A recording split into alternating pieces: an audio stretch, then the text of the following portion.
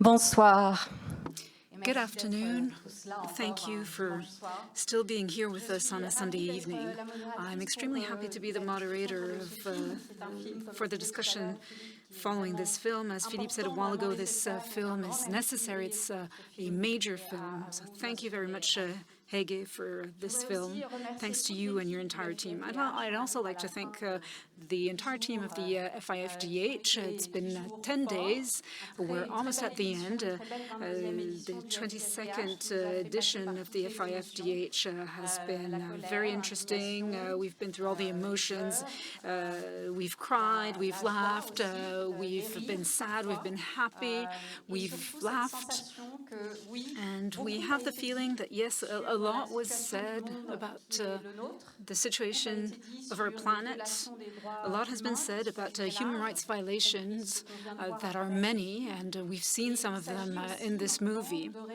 And now the time has come to think about how we can respond and how we can act upon this. And that's the entire idea behind this last session, to say, yes, okay, we know that the situation is complex. We know that the situation is sometimes tragic, but we also know that there are sometimes solutions. The movie has partly shown so, and we know that if we want to implement these solutions, we need to be brave, we need integrity, we need to work together, we know we are interdependent, we have to have the means and the wherewithal to act. That's exactly what we'll be talking about in our roundtable. I'll call up the 4 panelists who honor us with their presence tonight. If you can come and join me on stage.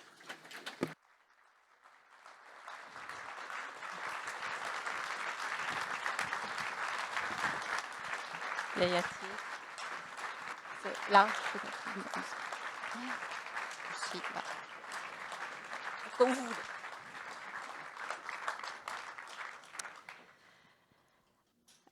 On va faire ça en bilingue. This will be taking place in 2 languages. We'll be speaking both French and English. It's a great honor to have the 4 of you tonight. Really, a big thank you for being with us. And I'm really looking very much forward to listening to you following this really powerful movie. So I will start with Professor Ghosh. Professor Ghosh is a development economist who was teaching both in the US at Amherst University, but also in India. She's a prolific author. You've advised governments, multilateral organizations on many different issues, always with an agenda of justice and equity. But today also you're a movie star and you're a member of the ECRIT Commission, as we understood very well. You're one of the 2 co-leaders of the Commission, and you're also a protagonist of the film we just saw.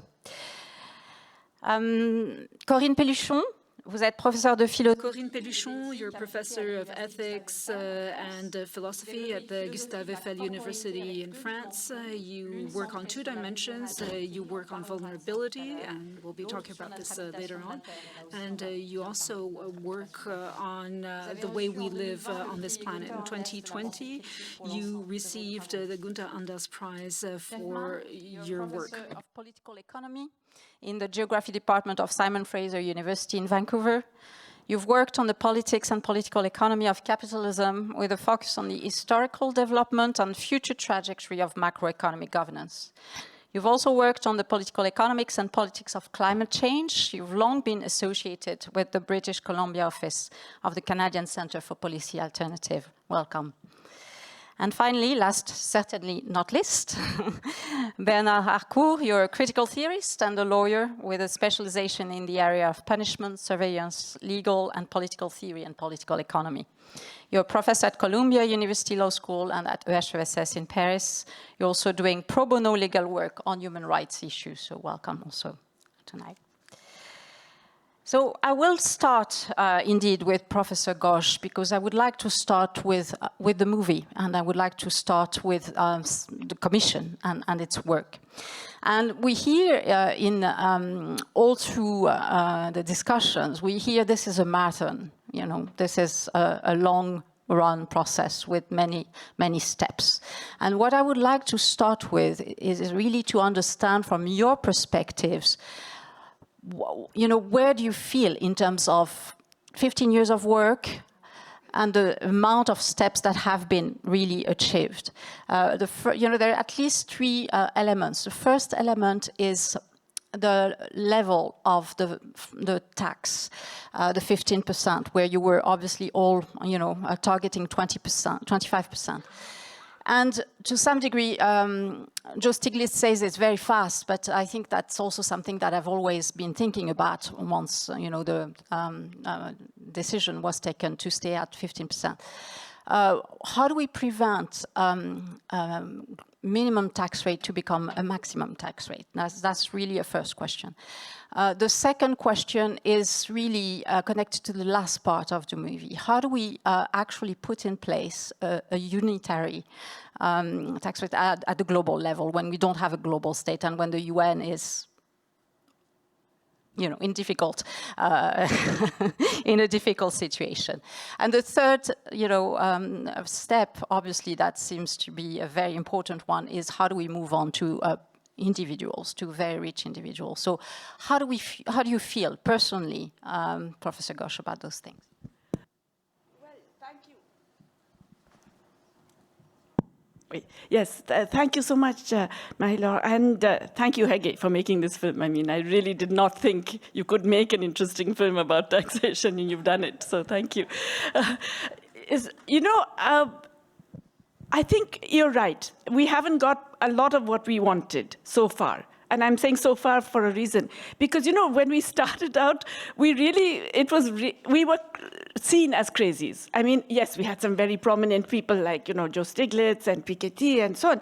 But most people thought we were crazy because the idea that you could, even the concept of a unitary taxation was seen as, oh, no, you can't do it. And how will you don't have a world state and all of that. And minimum taxation, that the countries will never agree, you know, as Gabrielle has mentioned in the film. But it has happened. The concept has been accepted even by the OECD, which is actually remarkable. Once you have got that foot in the door or the thin end of the wedge or whatever you like, you can actually push for more. So yes, 15 is far too low. There is genuinely a threat that it can become a maximum rather than a minimum, unless countries themselves say, no, we will not let that happen. So I think what we're really hoping for now, the way to get the multilateral process forward more is for coalitions of countries to work together, which means, for example, Group of Africa has been amazing. The whole reason that it's in the UN at all is because of the Group of Africa pushing it so much. Latin America now, they have the PTLAC, which is progressive, you know, it's a forum for progressive taxation in Latin America, where there are 8 countries, big countries that matter, Brazil, Chile, Mexico, et cetera, et cetera. Colombia started it, actually. And if they work together, if the Group of Africa works together, if other countries also say, no, we are going to carry on with our rates of 21% or 25%, and we will impose that minimum tax, then we can actually push the whole multilateral system forward. On the unitary taxation, you don't actually need a global state. All you need is for countries to say, I know that this is my share of their global profits because of my share of sales and employment. So let's say India has, I don't know, 5% share of the global profits of Amazon. So they will say, well, I can see Amazon's global profits because they reveal it to their shareholders.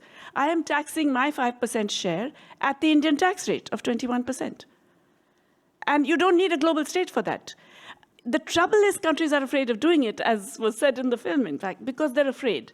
You know, that multinationals will put pressure, they'll do this, they'll do that. Once you have a few countries, a few big, large countries, I mean, Amazon or Apple are not going to say we will not operate in Brazil and India and Colombia and Argentina and, well, not, whatever. Sadly, not Argentina right now, but other countries. Then you can actually get more movement multilaterally as well. So I'm actually quite hopeful about the progress of the UN negotiations. First of all, I'm delighted that it moved to the UN. Again, it was not possible. It was being blocked all the time by the OECD countries. They accepted it. So in a way, the kind of momentum has moved in our favor, or in the world's population's favor. Just one final point I want to make. It's not about countries versus other countries. It's really about multinationals and very, very rich people versus everybody else. So the citizens of Europe, the citizens of the US are also very badly affected by this loss of tax revenue, which, the gaming of the system by rich corporations and rich people. So doing something would actually benefit everybody in the planet. Thank you very much.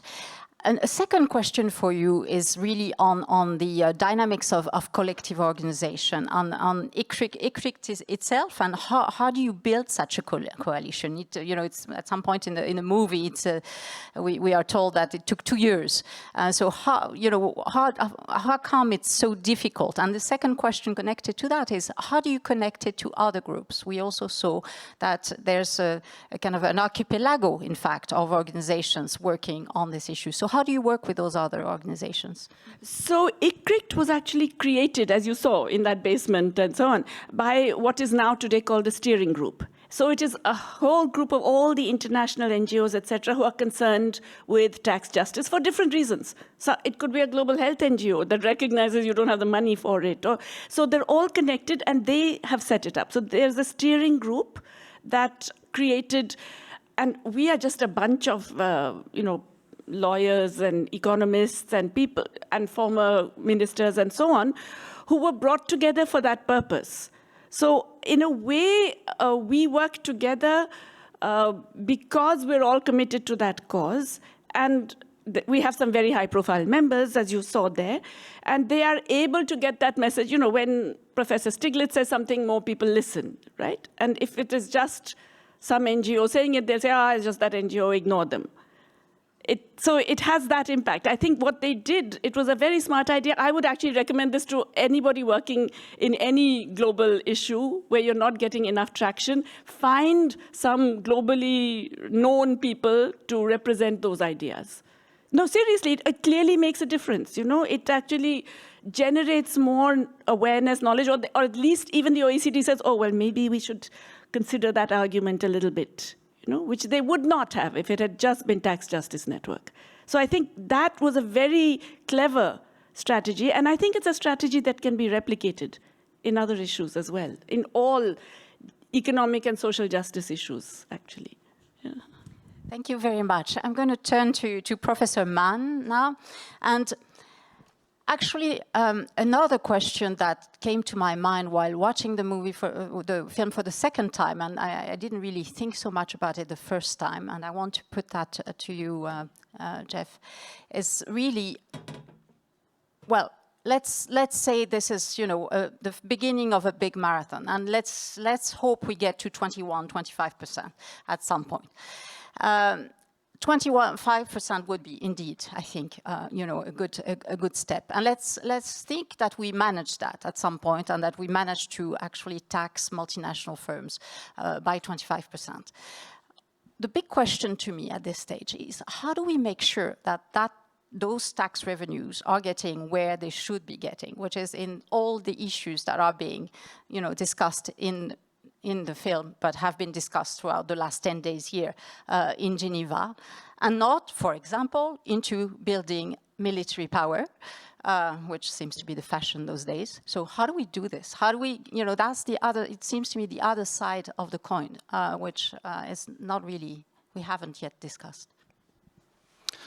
Yeah, that's a very important question. Perhaps the most important question, I would suggest, just because it is true that at a moment when I think it's fair to say I have a very North American, I have a level of familiarity mostly with the North American context, so I don't want to speak for the whole world by any means, but it does seem to me that there's a level of collective suspicion about our institutional framework right now that is pretty widespread. It's my first reaction to the film, aside from thinking it's a fantastic film, is to worry precisely about what are these people going to do with these revenues. I mean, the idea that Donald Trump would have more tax money to play with doesn't make me feel a whole lot better. And it probably doesn't make you feel a whole lot better either. And so then the question is, exactly, how do we make this money worthwhile and not become what it's been for so long? I obviously don't think there's any straightforward answer to that question. The obvious one is the mobilizations, like many of the characters in the film we're talking about, holding the state's feet to the fire, I should say. But I think even more importantly than that, we have to rethink some of the main mechanisms through which the state does its work.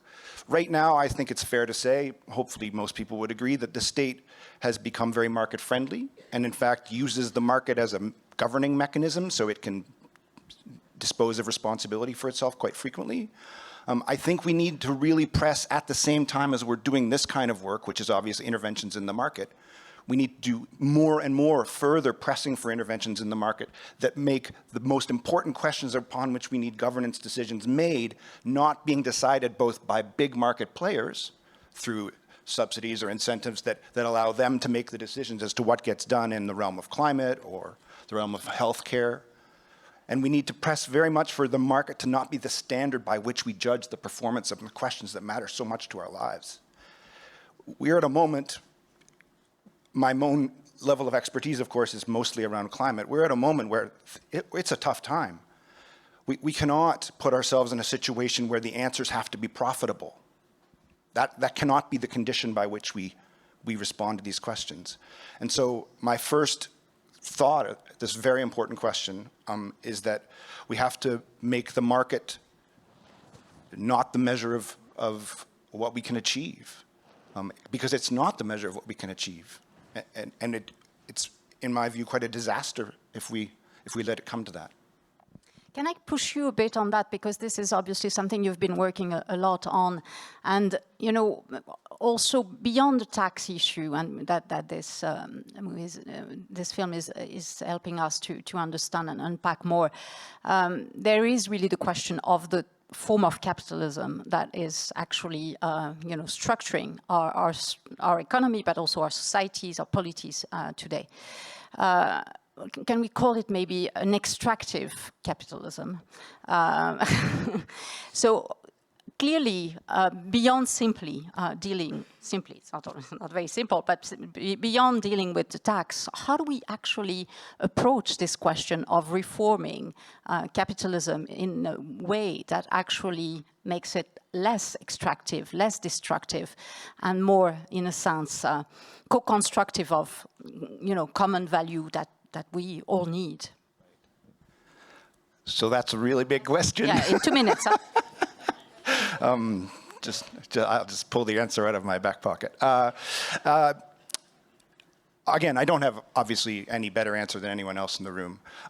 I do think that there is a question, well, there's two questions that sort of underlie the issues that you're raising. The one is a kinder, gentler capitalism our goal? Should it be our goal? Personally, I don't think it should be. I'm an anti-capitalist. But I also am not naive nor utopian. And so it does often seem, and I think that many of the actors in the film, I would guess if I could sit down for a coffee with them, they would say the same thing. They would say that they would love to see something much more substantial and structural that happens here. But at present, our goals need perhaps to be more realistic, as they say, or pragmatic. And this kind of work, obviously, can make a huge difference, exactly what the folks in the film are doing. But at the same time, I am wary of the expectation that a capitalism that is only mildly less market-centered than the one that we have now is enough of an answer, especially for confronting problems like climate change, which I think the mix of climate and capitalism is why we have the problem of climate change. And it's very difficult for me, and I've spent the last 15 years thinking about this, it's very difficult for me to imagine market-oriented solutions to the kinds of problems we have, which means that we have to remove capitalism or remove markets from significant parts of the way that we run our lives. It's a massive transformation that's necessary. I know I'm stating the obvious. The reason that people are in this room is because they care. But I do think that we maybe need to set our sights farther than just a capitalism that is less extractive. Not that you're suggesting that's the only place. But I would really encourage, I know it's a long march, it's a marathon. We're gonna have to be slow, but we also have to be really fast on some fronts. And I think that we need to combine ambition and boldness with some modesty about what's achievable at the time. and constantly cultivate any kinds of ideas and movements that might have a chance to help. We never know when the small struggles might matter. Can I actually push on this for the two of you, Professor Ghosh and Professor Mann, with another question which is connected? I mean, if we think about this notion of unitary taxation, and if we think about climate change, let's focus on climate change, which we know is really a global issue that concerns all of us.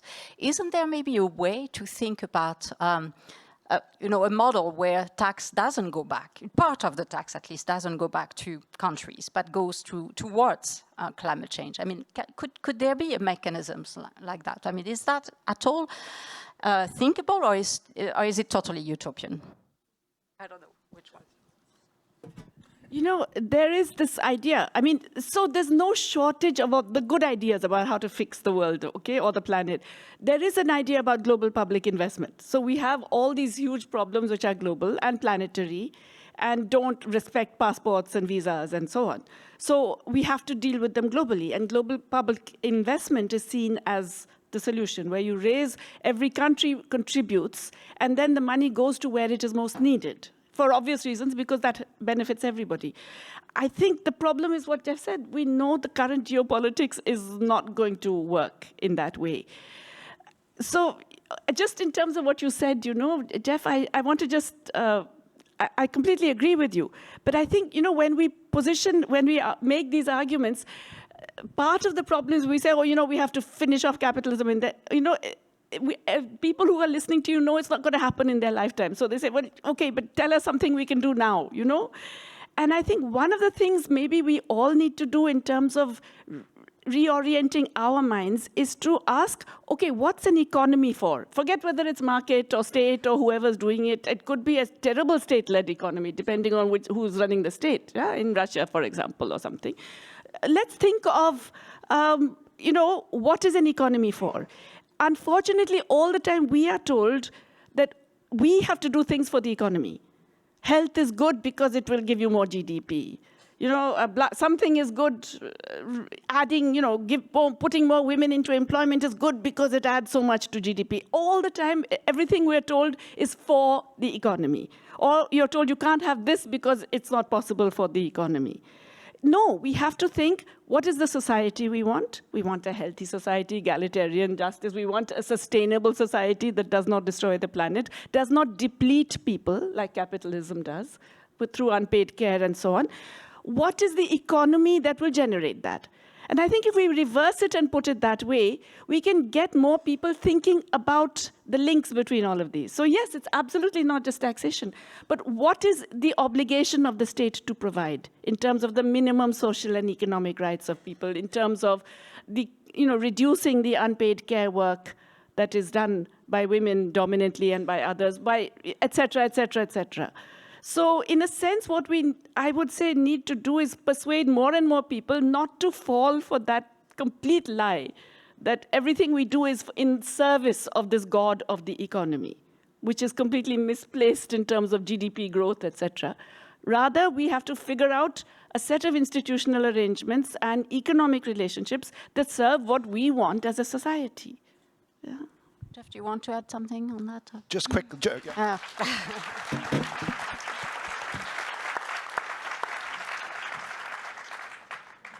Well, just quickly, aside from saying that it's a very helpful way to reframe the problem, one that I need to take more seriously when I'm having the bad days. But I would also, I just wanted to add too that I do think that part of the intransigence or the inertia that is caught up in so many of our institutions make it, I think, difficult for a lot of people, maybe I'm speaking for some of you, to believe that turning to the state right now is a possibility that might lead to something significantly different in even the medium term.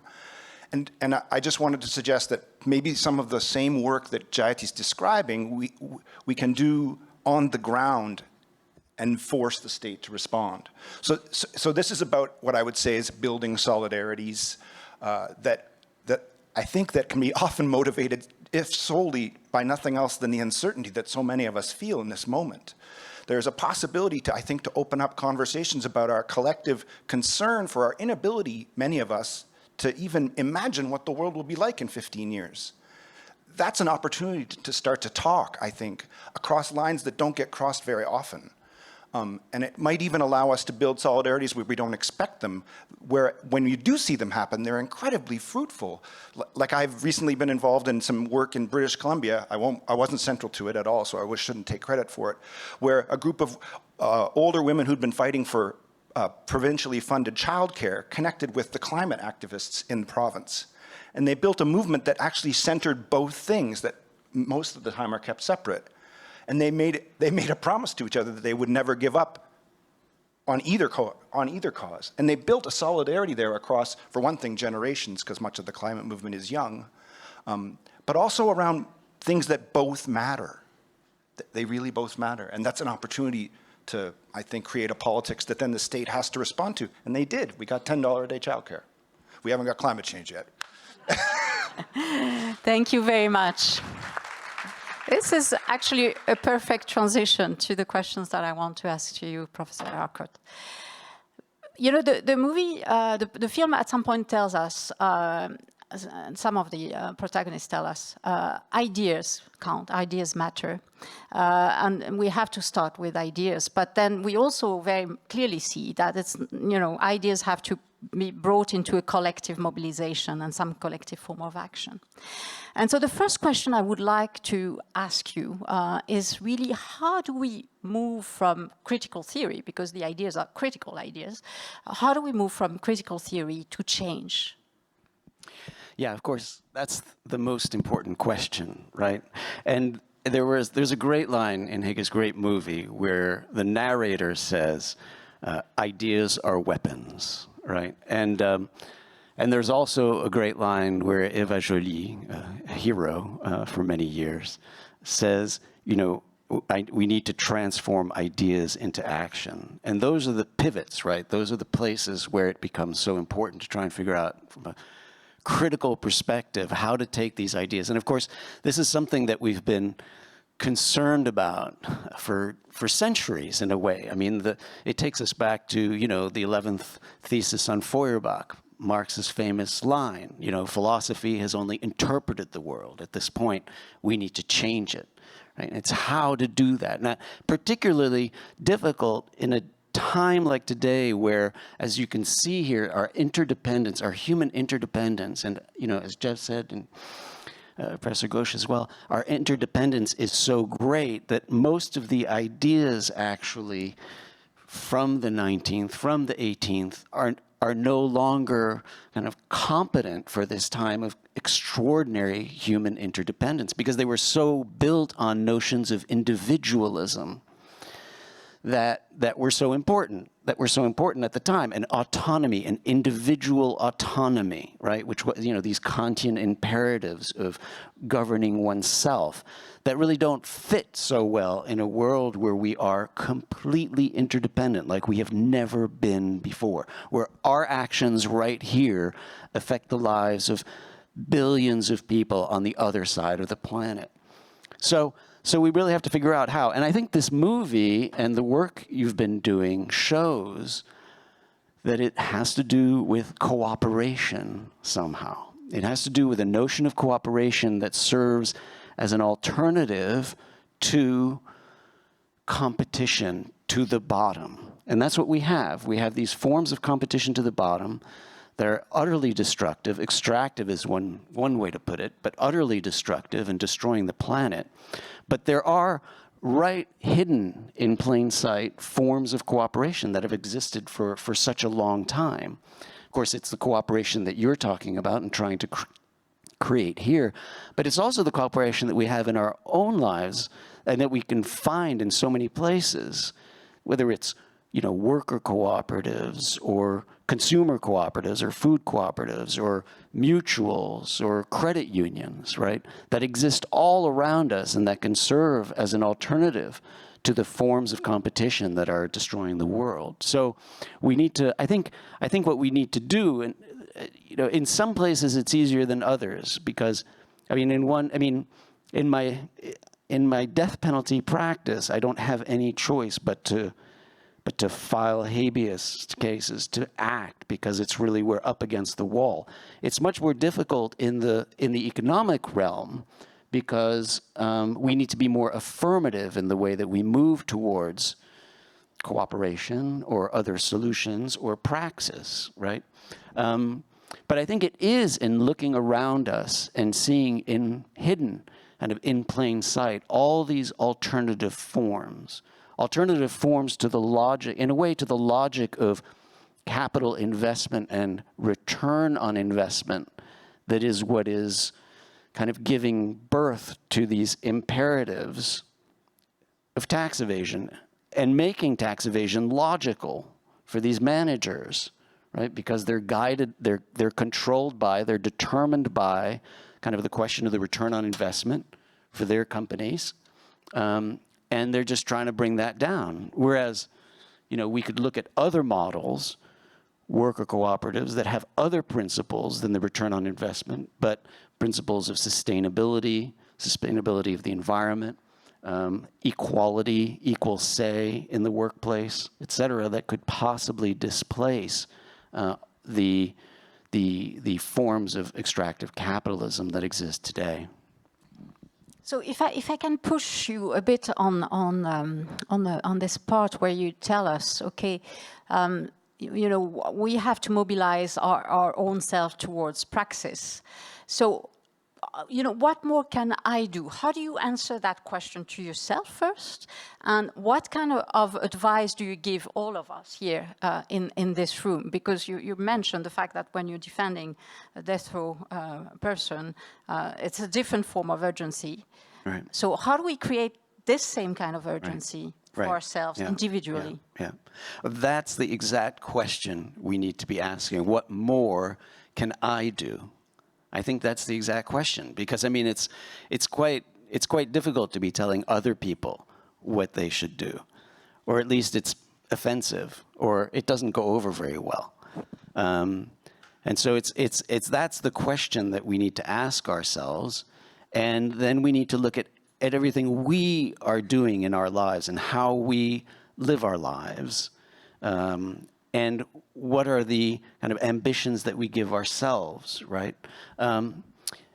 It has everything to do with thinking about working with other people and finding mechanisms that will avoid these outcomes, that will avoid global climate change, at least that will avoid an increasing warmth, even though it's impossible to bring that warmth down, but just to avoid the continuity of this problem. And to do that, I think it's a question of looking around and seeing some existing alternative models, right? Maybe pending some kind of revolution. I mean, in the present, in the immediate, right?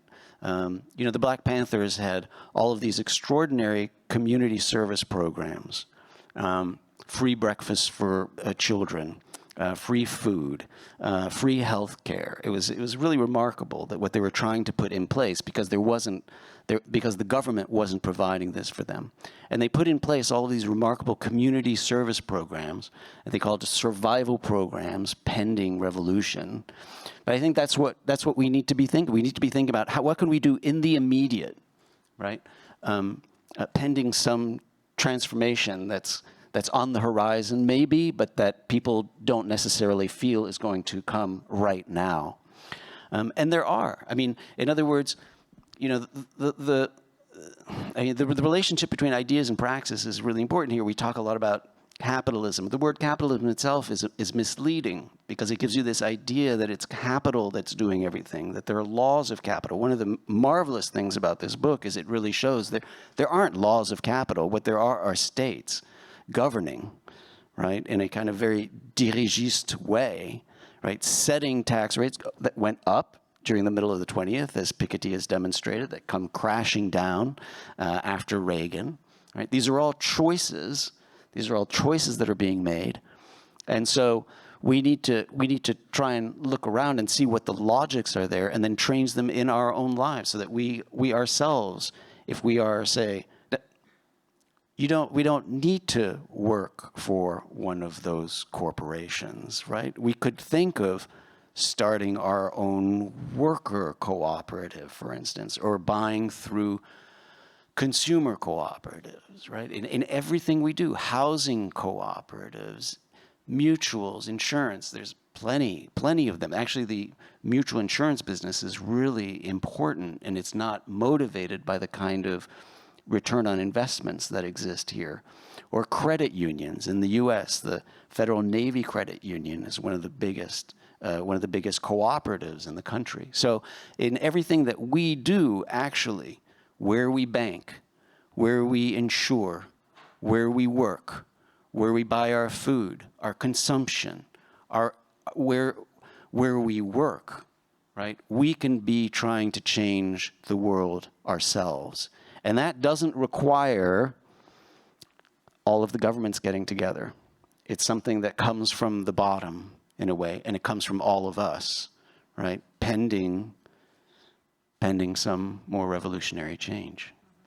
So putting the pressure on the margins, in a sense, and building up. Well, I'd like to think we're more than the margins, right? I'd like to think that we're actually, we're it. We're the ones who consume. We're the ones who buy. We're the ones who, right, who insure ourselves. We're the ones who deposit our money. I mean, so it all comes from us. And so we need to be much more mindful of every dimension of how we live, to start with. And what's remarkable about that is that it doesn't require a vote at any assembly, right? That's what's so remarkable. It's just my vote. Exactly. Yeah. And just our action and just our cooperation, right? Thank you very much. Professor Pelluchon, je vais me Professor Pelluchon, I'm turning towards you to continue along these lines, to focus on action. Why do we act individually, each and every single one of us? In your last book, Espérance ou la traversée de l'impossible, you tell us that we need to gamble on hope. In French, there are two words for hope. In English, there's only one. Could you maybe tell us the difference between espérance and espoir, the way you define it in your book? First of all, thank you. Thank you very much to the filmmaker for this beautiful movie that we need to recommend to everyone around us. And seeing it a second time was even better than the first time. So yes, there are two words for hope in French. Espoir is to have one's own hopes fulfilled, whereas espérance is a virtue beside charity and faith. And for me, it's something that's not individual, it's not personal, it's an expectation, but it's not something that's determined precisely, it's not a projection. On the contrary, it's unexpected. I think we'll probably come back to that notion a little later on. Espérance is, to me, the ability to see, despite the seriousness of the situation and the chaos, so the ability to see the signs of, foreboding signs of something that could open up the future. Espérance has nothing to do with personal expectation, and it presupposes crossing the impossible. It presupposes knowing difficulties in such a way that you lose all your reference points. The illusion that you have the answers to all problems. Given the very serious situation from a climate point of view, but also from a political, geopolitical, and socioeconomic point of view, this situation gives us the possibility of speaking about espérance, to talk about the future and reconfigure it. We cross all sorts of negative emotions when we realize how precarious our civilization is, not just the possibility of our impossibility, the threats to our lives. We need to understand that development model, and that's something that I like better than capitalism. So the development model, which is our own and which associates social structures as well as the psyche, is characterized by domination, which Adorno and Horkheimer said that this domination is threefold: domination, social domination of others, domination over nature around us, ecosystems, extractivism, but there's also domination of our own nature, the repression of our own vulnerability, of our own nature, and what we have in common with all other living beings. And that leads me to the crux of my answer, which brings me back to what has just been said, but according to me, at the heart of the problem, and that might also be the solution, at the heart of the problem is the way we are aware of what we buy, what we eat, the impact all this has on nature and living beings. But there's also, sorry, I lost the thread, and I start talking about animals, and I always lose my thread. There's social structures, there's subjectivity, the way we accept our vulnerability, and I do think that ecology, which is much more, it goes beyond the fight against climate change and loss of biodiversity. It has to do with the sharing of food, resources, ecosystem. It's also a way of living, and it's a way of being, a way of thinking oneself, relating to other living beings. It's the key of our relationship to others, and it has to do with reconciling oneself with our vulnerability, with our finitude. We human beings have a huge responsibility, which goes way beyond the present moment. But there's the fact that we eat, we need air, we breathe in air. We're material bodies, we're interdependent, we depend on nature, ecosystems. As soon as we eat, we breathe, we take up space, and this highlights the fact that ethics is not an abstract discipline, it's the place we grant others in our existence. As soon as we eat, we breathe, we occupy one space, and it's self-limitation. I think the anthropological, philosophical revolution behind all these debates, which covers the limits we give to companies that generate such profits. We need to recognize our finitude, and this is the good news with all those terrible crises. And to come back to the notion of espérance, espérance is not an ideology that says what is possible or impossible. We don't know everything, but we can feel and announce in the biblical sense. We've got foreboding signs of something that could lead to a new era. The era of the living, that's what I call it. And I think that feminism, ecology, in its existential dimension, the way we live on the planet and coexist with others, the need to cooperate and live with others, social progress, the issue of the animal realm, which is a ticking bomb. de nos représentations et des structures sociales. Of all social structures, all our representations. We see all these different topics that all converge towards a deep-seated wish of living differently and having a relationship to nature, to others, and to ourselves, which is not a relationship of domination.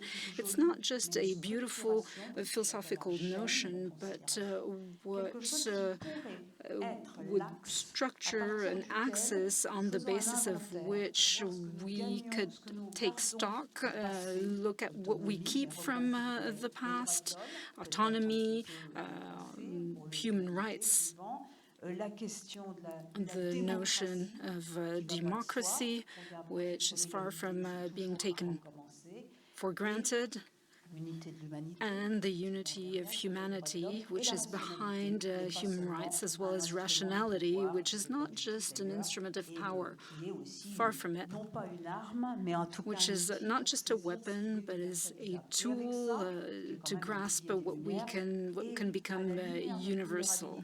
And in light of our vulnerability, we could design the project of a new society. What depresses me, because you can have hope, espérance, and yet feel anxiety, feel tired. If you feel espérance, you have to realize what is collapsing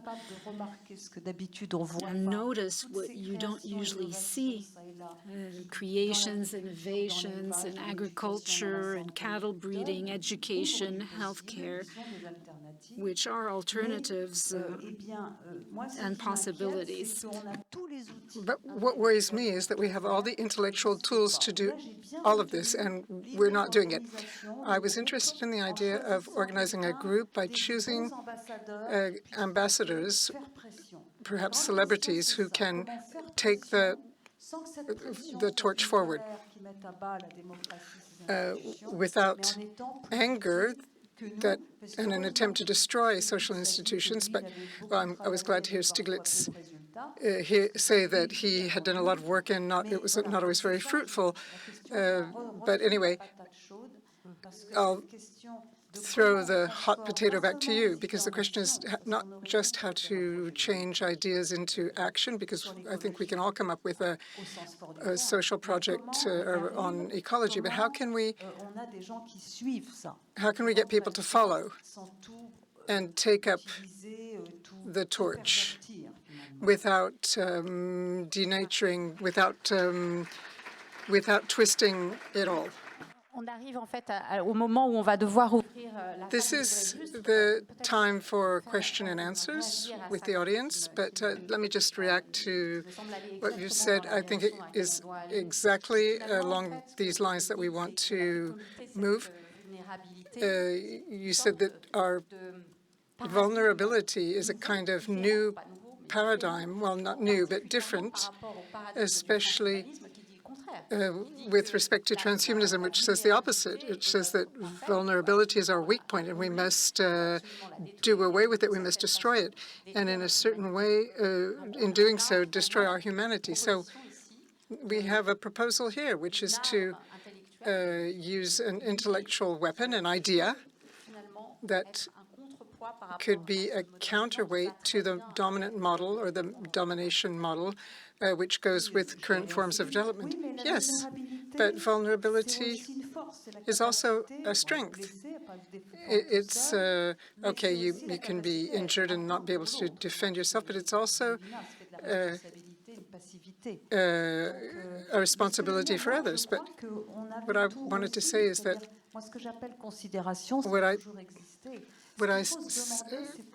when I say consideration, I think it's always existed. I think we need to embark on this path. When we embarked on this path of development with intensive agriculture, quite a violent model, the ecofeminists are on the right track. Why did we embark on this path? And today we know that it's taking us straight into a wall. Other societies have taken a slightly different path with regard to living beings in nature. So the idea would be to draw up a list without throwing out human rights and the ideas of the Enlightenment, to rethink our relationship to the world and our relationship with ourselves. It starts with that. I would add that what I think is interesting is that corporality is not just about our bodies. Quand on mange, on est toujours en contact avec les autres. Hannah Arendt said, when we're born, we are welcomed by a world that is bigger and older than us. It's a sort of natural cultural heritage and institutions and past generations, because we're always older than ourselves with the trope of several past existences. And then what about the future? Because with the atomic bomb and our development model, we're having an impact on them. So the cultural and natural heritage and this world which is older and bigger than us gives a certain weight to our lives. I think that if we deepen our knowledge of ourselves, get to know ourselves better, we can do this in our daily lives. We will come into contact with this world which is older and bigger than us, and we will be able to preserve things, and we will realize that the newborn is the emblem of political pluralism, because every child who's born is a surprise, a new and surprising person, and a promise of creating something different, which hopefully will last. And the newborn is also the symbol of espérance.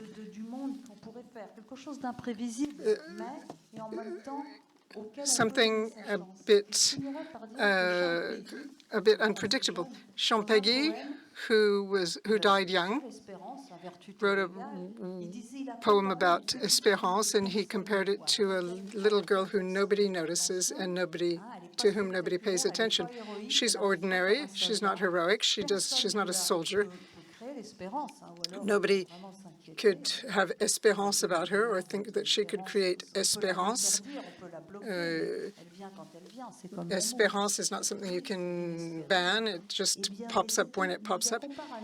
But he compares it to this little girl who is not very impressive, and yet her two sisters, Charity and Faith, that he compares to a loyal spouse.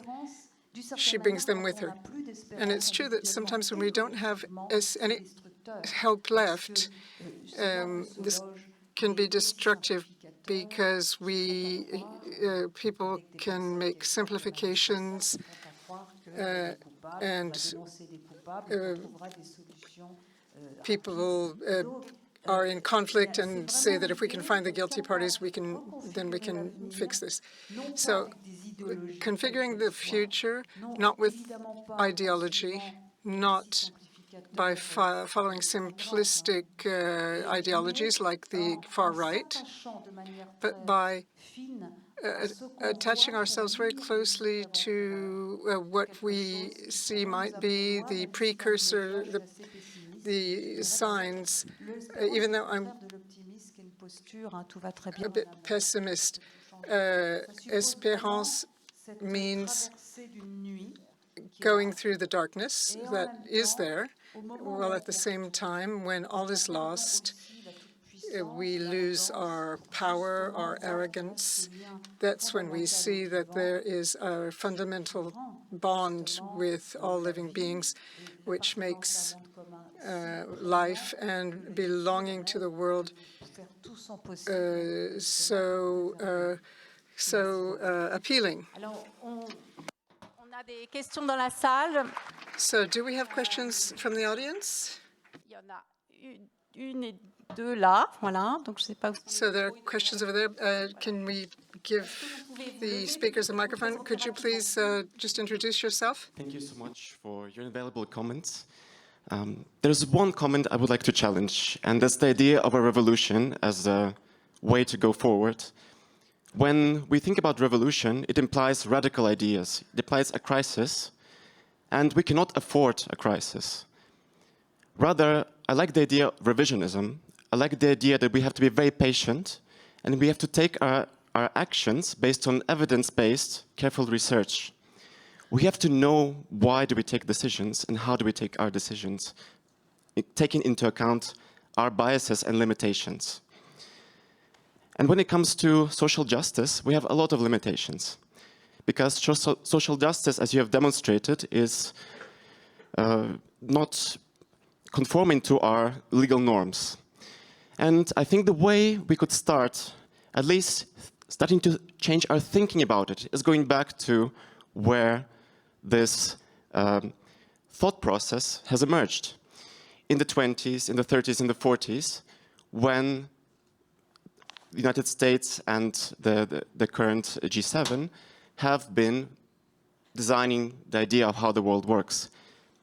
And this is important because nowadays we have professionalized social sciences that the mission of which is to think about these issues. But back then, Can you go to the question? Yes, sure. Yeah. So very briefly, what I want to say is that we had politicians designing the system that were not social scientists, that were businessmen and that were lawyers. And nowadays we have the tools to ask these questions, but maybe we are starting from the wrong place. Social science is never neutral. It reflects the idea, the interests of the party who funds it, who designs it. There's always a personal element. Science is not biased. Science is something that we do know, and climate change science has shown that. How can we depolitize universities? How can we depolitize the social sciences? And how can we make science to be the guide to our social justice and law? Thank you. That's a big question. So I propose we take another one. And just behind, yes. And you hold on to this one too, yeah. Yes, I'd like to ask the opinion of one of the members of the panel in relation to what should we do to taking action, to doing something about the situation. I believe that by shifting, we are receiving this message that we need to shift. The responsibility falls on individuals, on small groups, on local groups, on cooperatives, and all these things. And I think that's not fair for us people, for individuals, and is actually not realistic. It's not going to happen. So I believe we still have something very old and ancient that we need to reinforce, which is politics. Only through politics we're going to change. I don't believe through individual action, through group action. It's only 1 or 2% of us who really care about things. We're not going to change things in our local neighborhood, in our local cooperative. So shouldn't we actually get more involved in politics? Shouldn't we participate all more in politics? Even if we don't like it, if we don't trust it, let's change it. But let's not just throw it away, because politics is what is there for something. It's to help us solve our problems as society. I think that's what we need, more politics. And let's give, if we all vote for the Green Party, maybe we wouldn't have some of these problems. Thank you. Do we have another last question? Yeah, I don't see on all the way in the back. Yeah, and then once we have this third question, then I'll give you all a round of answers. Thank you. Thank you so much for the film and for the panel. My name is Alana Openshaw. I just detect a tension here between what is being said amongst panel members. So the Commission is working, of course, to have companies pay the tax they owe. That is absolutely right. But of course, those are the companies that are extracting all the resources of our planet. I'm understanding the Commission essentially understands those taxes pay our public services. It's essentially a project that speaks to the need for that kind of consumption to continue to pay for those public services that we all rely on. And yet here on the other side of the panel, we're talking about the need to transform capitalism.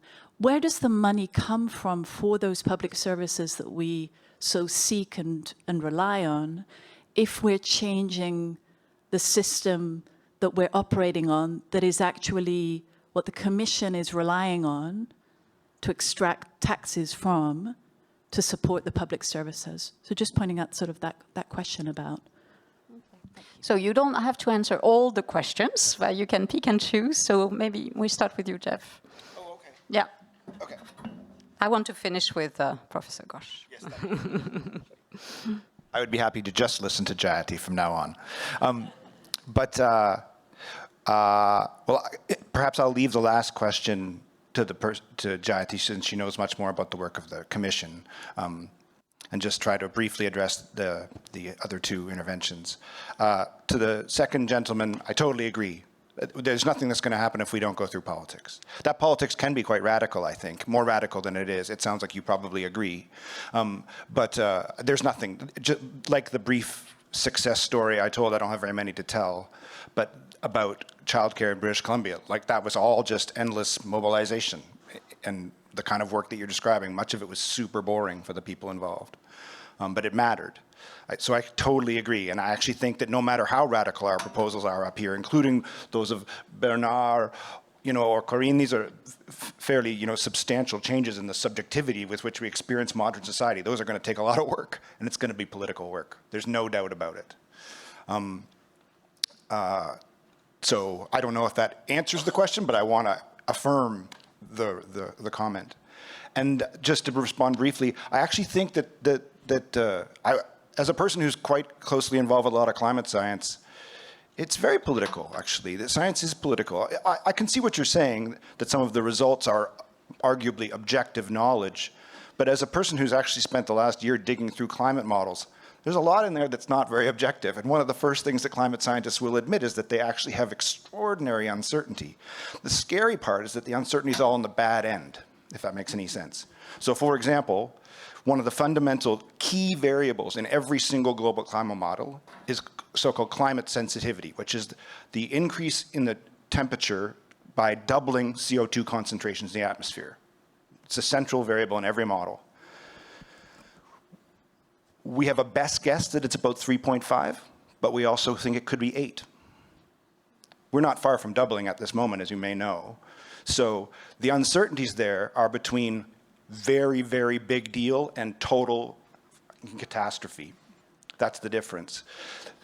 The gap between that in science gets filled with politics, the same as it does in social science. And I actually think that's good. I think that this is, for me at least, this is where the commitment of knowledge really makes its play. And I agree with you in some ways that the universities have become in some ways sort of laboratories of polarization that model society and aren't very functional, but I actually think that they could be the place where people talk who don't normally talk, which would be very exciting. So that's my brief response, but thanks very much. Thank you. Professeur Pelluchon, je vous donne la parole. Oui. Professor Pelluchon? Je suis d'accord avec mon voisin. I totally agree with my neighbor. La subjectivité suffit pas, ou les changements individuels, il y a toujours. Subjectivity and individual changes are not enough. There's an articulation between the individual level and the social level. Is it okay if I speak French? Yes, absolutely. We shouldn't just look at the one side and not the other. When there's no social pressure, or when citizens are passive, whenever they're manipulated, and that happens very often nowadays. We see far right on the rise everywhere in the world. These are people who take advantage of social issues. They don't have solutions, but they name the scapegoats. Leventhal had explained all of these phenomena. Individuals need to be very free if they are to resist to all of this. It could lead to loss of democracy. There's a lot of talk about climate change, about global warming. That's absolutely fundamental, obviously. But we should connect this notion, this idea, to the idea of loss of democracy. And this leads me to the other question, the question on sciences and their relationship to politics. Democracy has to be transformed There's been a lot of work done on this issue ever since the 80s and 90s. It has to be transformed because issues linked to climate change are very complex. For a long, long time, it wasn't very visible. Citizens didn't immediately feel that their health and the environment they lived in was deteriorating. So there was a sort of disconnect between what they felt was their interests and the reality of things. And then there's mediation between science, society, and power. But we can't say that power is only in the hands of experts. There's decision-making and all the debates and conversations involved in the decision-making process. And we shouldn't instrumentalize sciences and wait for scientists to greenlight anything we do and all our action. But we do have to change, transform our institutions as well as political culture to know exactly what we're talking about, so that scientific data be translated. Very often they're extremely complicated, very complex, hard to understand, so that decisions be taken in a more transparent way. Once again, this is an issue that's been studied for the past 40 years, transformation of democracy because of technology and the environment. And what we see, what we observe, is that more often than not, it's the media and it's social media who become a source of information for politicians and for citizens. So there's this disconnect between very fine participatory processes and the reality, which is very disappointing. And I'd just like to finish by saying one thing. We who are here, who are sitting here, we really need to think about what we can do that is both useful and radical. I don't like the word revolution, but being radical is looking at the root causes of things. How can we manage so that everything that comes out of sciences, soft sciences, hard sciences, there's a lot of creativity on democracy, ecology, literature. Artists are taking up these issues, and I can say so because when I started working on these issues, animals, the environment, it wasn't very hyped 10, 15 years ago. But this is not tackled at the political level. We don't have the right ambassadors. There are people working on the funding of political parties, on the recruitment of people who are at the helm of major corporations. We have to think about this because very often we feel powerless, we feel very helpless. Bien, alors, ces trois questions, I'm going to talk, the three questions were fascinating, right? We had science, politics, with a sharp contrast between science and politics, and then money. So let me just say, the current attack on higher education and on universities as being too politicized is itself a political move. It is entirely politicized. You just go to Florida and see what Governor DeSantis is doing, destroying universities. That is a political move. It's totally, so it's not as if that's not political. And also the idea that we can't afford a crisis.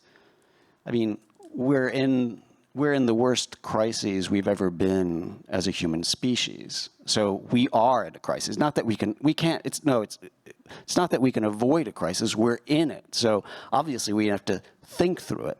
Now, the only way to think through these crises are through the social sciences. Okay, so the natural sciences are going to give us estimates of the degree increases of global warming, et cetera.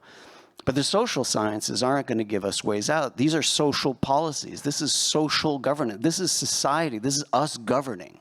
And it's going to require social scientists. Now, surprisingly, most of the social scientists that are involved in this project are about as positivist social scientists as you can get.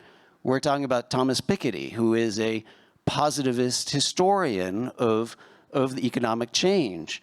You yourself are relatively positivist. Joe Stiglitz is a positivist social science. So I mean, we're not in the humanistic social sciences. We're in the space that is closest to science. But what's clear and obvious, and as Jeff Mann said, is that at some point in the social sciences, you take a leap. There is a leap. The social sciences will require something different. And politics is going to be, of course, very important.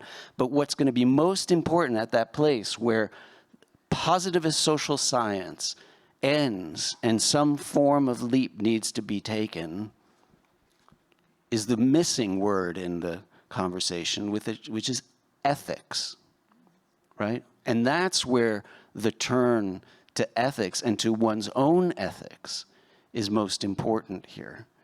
And I agree that the turn to questions of ethics and subjectivity can sometimes lead in a demobilizing direction, because it's as if, well, wait a minute, in other words, to change the world, you got to change yourself, and you get caught up changing yourself, and then you get distracted from changing the world. But actually, no, changing the self it needs to be a prerequisite in order to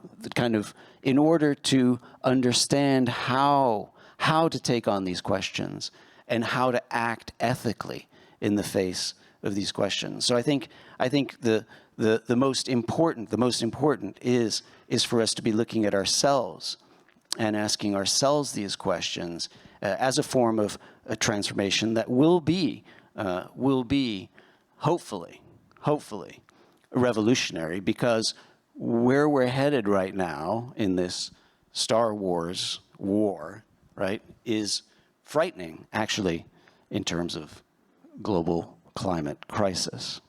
Thank you very much. And Professor Ghosh, last words for you.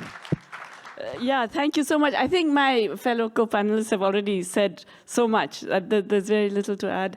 I just want to agree, all knowledge is political. It's not true that, science is apolitical, social sciences are somehow different, and so on. All knowledge, what you decide to look at, the questions you ask, the methodology you choose, these are all, what do I mean by political? They are driven by power.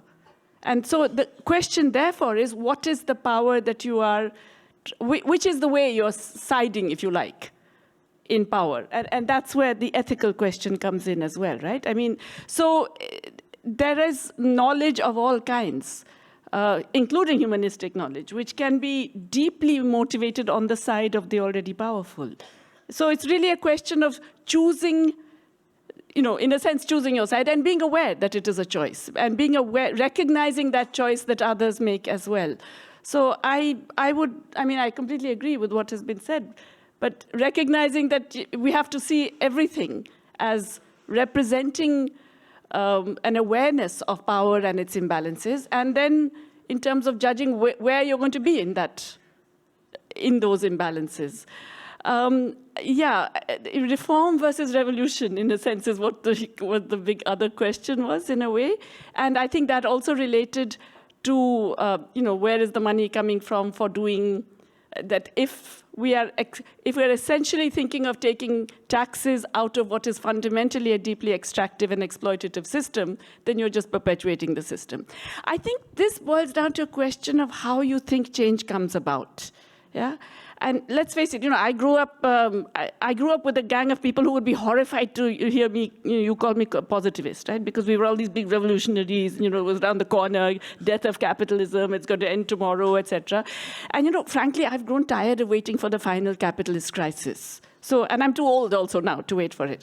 I now think you have to chip away at whatever you can, in whichever direction. So yeah, taxes, yes, let's chip away at that. Global debt problems, global financial architecture, yes, let's try and chip away at that. Looking at how to fund health properly, let's chip away at that. Getting away from the privatization of basic public services, let's chip. In other words, attack everything you can in different ways. And in as many possible directions, because these are huge problems. These are not things that are, you solve one and then you solve the problems of the world. These are all around us, and they're all interrelated, and they all reflect power imbalances. Yeah? So let's get at whatever we can. And here I just want to end, it follows on what you said, Jeff, actually, about, you called it solidarities across different groups. My colleague at UMass Amherst, Nancy Folbray, very wonderful feminist economist, she has this wonderful phrase, necessity is the mother of coalitions. And oh my God, is necessity obvious right now, yeah? So let's just, do coalitions as much as we can, as many as we can, in whichever ways we can. I think it's a wonderful way to end. Thank you so much. Thank you so much to all of you merci pardon en français, je sais plus dans quelle langue je parle. Thank you. Sorry, I don't know what language I'm supposed to speak. Thank you very much for staying until the end. We have overrun the time that we were supposed to have, but since this is the last session and this was such an important and interesting discussion, I decided to carry on. Thank you very much for your contribution. Thank you. Merci à vous. Merci à vous.